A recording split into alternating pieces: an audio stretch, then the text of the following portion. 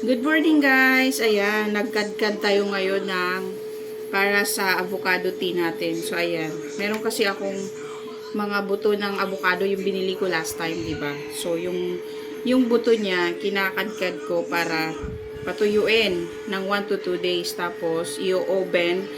Tapos, gagawin siyang tea sa umaga. So, ito yun, oh, wala nang laman. Kaya ayan, oh. Kunti na lang. So, ito yung ginagawa ko, guys. Kinakayod ko lang siya ng ganun. O, white siya sa una, tapos bigla siyang mag-change ng color.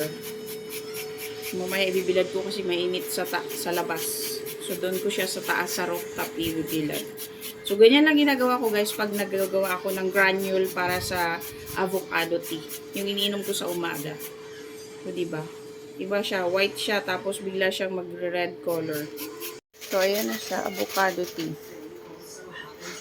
Avocado granule.